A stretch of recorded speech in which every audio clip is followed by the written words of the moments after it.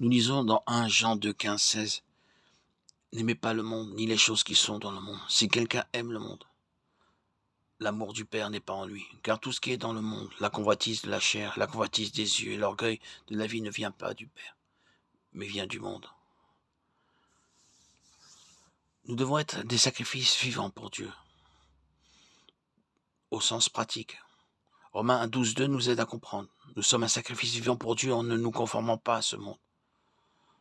Le monde est défini pour nous dans 1 Jean 2, 15, 16 comme la convoitise de la chair, la convoitise des yeux, l'orgueil de la vie. Tout ce que le monde a à offrir peut être réduit à ces trois choses.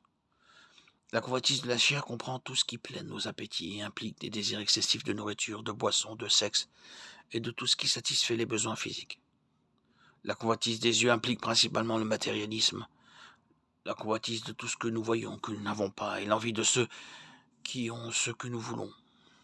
L'orgueil de la vie est défini par toute ambition pour ce qui nous enfle et nous place sur le trône de notre propre vie.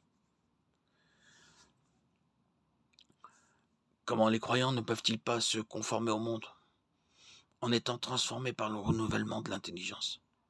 Nous le faisons principalement par la puissance de la parole de Dieu pour nous transformer. Nous devons écouter Romains 10, 17.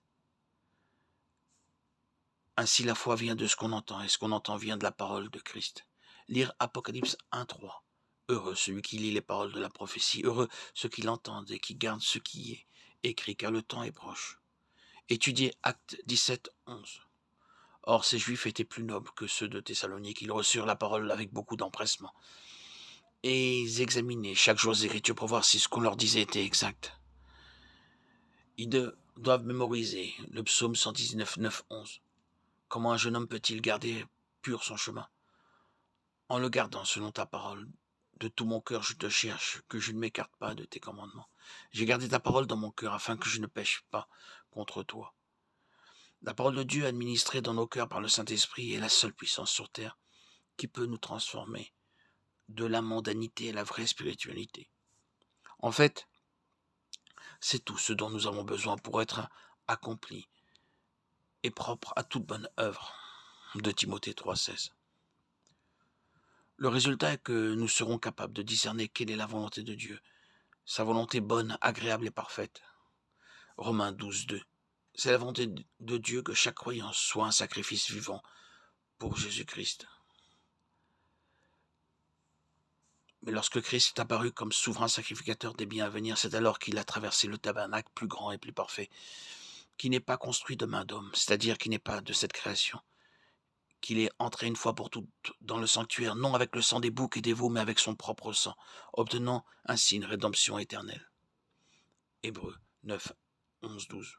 Pour ceux qui sont en Christ, en vertu de la foi salvatrice, la seule adoration acceptable est de s'offrir entièrement au Seigneur. Sous le contrôle de Dieu, le corps du croyant, qui n'a pas encore été racheté, peut et doit lui être offert comme instrument de justice, compte tenu du sacrifice ultime de Jésus pour nous. Cela n'est que raisonnable. Romains 6, 12, 13. Romains 8, 11, 13. Si l'esprit de celui qui a ressuscité Jésus d'entre les morts habite en vous, celui qui a ressuscité le Christ d'entre les morts donnera aussi la vie à vos corps mortels par son esprit qui habite en vous. Ainsi donc, frères, nous ne sommes point redevables de la chair pour vivre selon la chair. Car si vous vivez selon la chair, vous mourrez. Mais si par l'esprit, vous faites mourir les actions du corps, vous vivrez. Que le péché ne règne donc pas dans votre corps mortel pour vous faire obéir à ses convoitises. Ne livrez pas vos membres au péché comme des instruments d'injustice, mais donnez-vous vous-même à Dieu, comme étant revenus de la mort à la vie, et offrez vos membres à Dieu comme des instruments de justice.